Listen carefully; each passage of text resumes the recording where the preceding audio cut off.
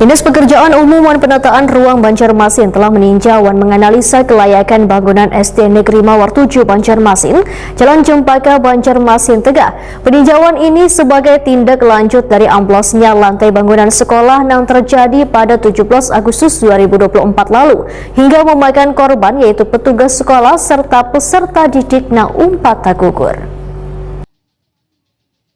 Dinas Pekerjaan Umum dan Penataan Ruang Banjarmasin telah meninjau dan menganalisa kelayakan bangunan SD Negeri Mawar 7 Banjarmasin, Jalan Cempaka, Banjarmasin Tengah. Peninjauan ini sebagai tindak lanjut dari amblasnya lantai bangunan sekolah yang terjadi pada 17 Agustus 2024 lalu.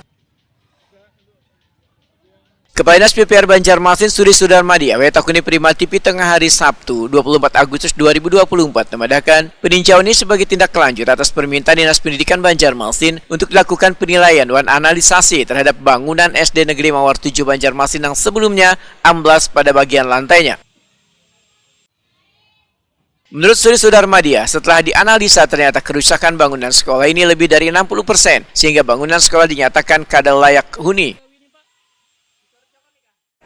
Kemarin dari Dinas Pendidikan mintakan kami untuk menilai kelaikan bangunan. Jadi memang sudah kami keluarkan mungkin sekitar 68%, jadi memang kondisinya rusak berat gitu. Jadi rekomendasi itu jadi mungkin nanti bisa ditindaklanjuti oleh teman-teman di distrik untuk bisa melakukan pengusulan untuk melakukan rehabilitasi atau mungkin dengan mekanisme yang lain, dengan DAK atau dengan apa.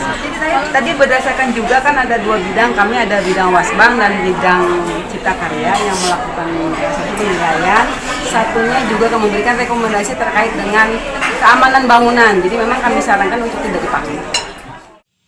Sebelumnya, bagian lantai di SD Negeri Mawar 7 Banjarmasin amblas hingga memakan korban petugas sekolah serta peserta didik nang umpat tak gugur.